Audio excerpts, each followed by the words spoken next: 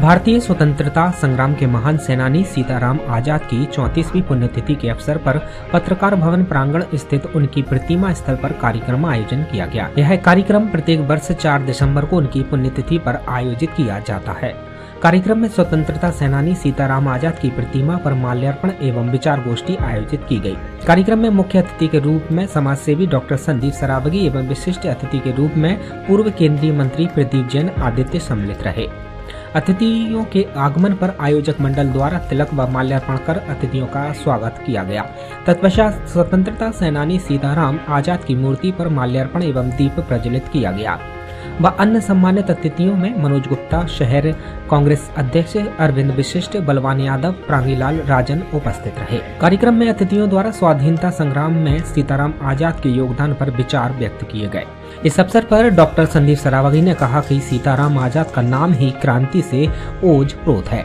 जहां भगवान राम ने समाज व माता सीता की मर्यादा को बचाए रखने के लिए युद्ध किया था, वहीं चंद्रशेखर आजाद ने देश की अस्मिता को बचाने के लिए अंग्रेजों से लोहा लिया और प्रत्येक स्वतंत्रता संग्राम सेनानी ने अपने देश के लिए युद्ध कर अपना सर्वस्व समर्पित कर दिया। यह उन्होंने किसी समाज या विशेष वर्ग के लिए नहीं अपितु देश की अस्मिता बचाने व पुनर्निर्माण के लिए किया था। उनके द्वारा दिए गए बलिदानों का उद्देश्य यही था कि हम सभी मिलजुल कर देश को प्रगति पथ पर प्रशस्त करने का कार्य करें। लेकिन आज के युग में हम विभिन्न वर्गों में बंट गए, जो हमारे लिए चिंता का विषय है। वर्तमान समय में कई लोग जाति व्यवस्था का विरोध कर सबको एक समान देखने लगे हैं और कई राजनेता व धर्मगुरु इसके लिए लोगों को प्रेरित भी कर रहे हैं। वहीं पूर्व केंद्रीय मंत्री प्रदीप जैन ने कहा कि हमने अपने कार्यकाल में पत्रकार साथियों और समाज के वरिष्ठ जनों के सहयोग से पत्रकार भवन प्रांगण में स्वतंत्रता सेनानी सीताराम आजाद की मूर्ति की स्थापना कराई थी।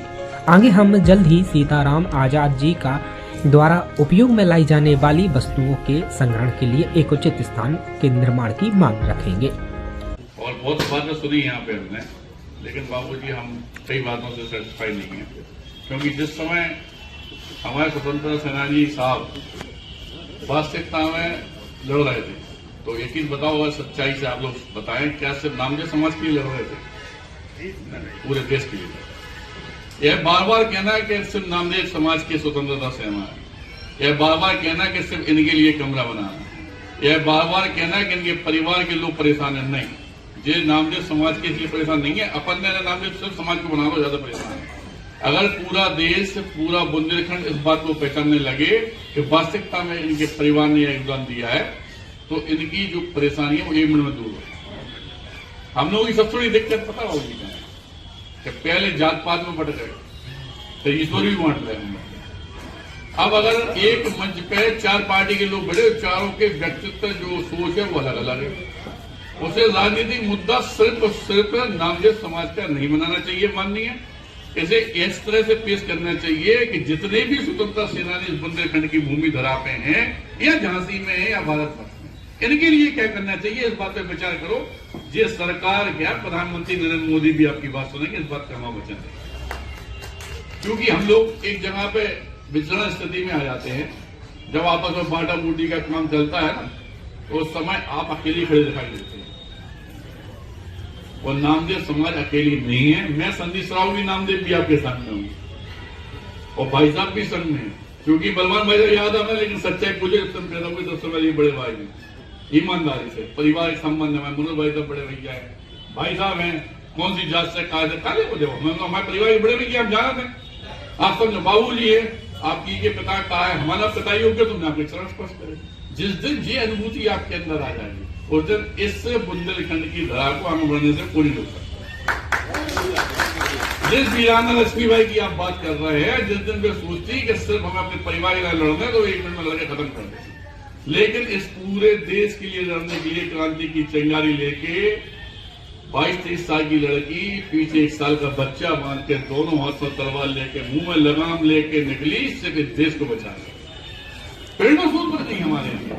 इसी तरीके से अगर आप लोग इस देश की बात करोगे तो आप भी प्रेरणा स्रोत बन जाए। जिनकी हमारी देरी के अंदर कोई बेटी आ जाए तो वो अहरवार है, वाल्मीकि है, कहां से आए, गुप्ता है, बनिया है, यार कोई मतलब नहीं, वो हमारी बेटी है, हमारी बहन है, उसको हम लोग श्रृंगार कराकर पैर धोकर जो हमारी संस्कृति है उस तरह से विदा करते हैं।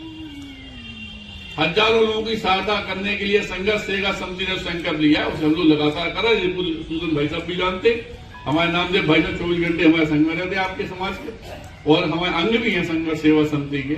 और यही बात सबसे बड़ी बात यह है कि हम लोग सनातन धर्म में जन्म लिए, आप समझो बात के लिए, या तो हर चीज की पूर्ति कर सकते हैं, ईश्वर भगवान सब अपने संग है, कार्यक्रम में जिसके भगवान को साथ अपने संग में, सबका आशीर्वाद है। हम लोग बटना नहीं है, बटेंगे तो परेशानी पड़ेंगे, इस बात को पक्का मान लो आप। एक कमरा बना, और भाई साहब वगैरह जानते हैं कि तन मन धन से पूरा सहयोग करने वाले, ताकत के साथ, कोई दिक्कत नहीं।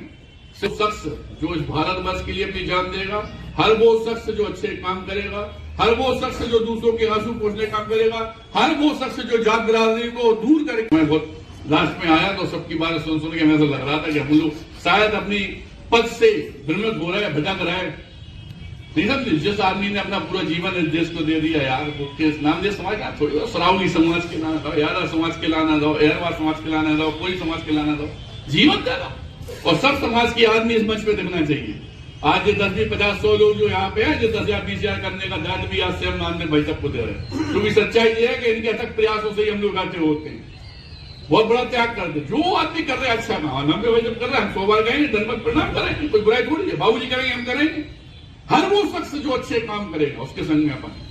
ये धन्यवाद सभी लोगों। झांसी से उदय देश न्यूज के लिए विनोद कुशवाहा की रिपोर्ट।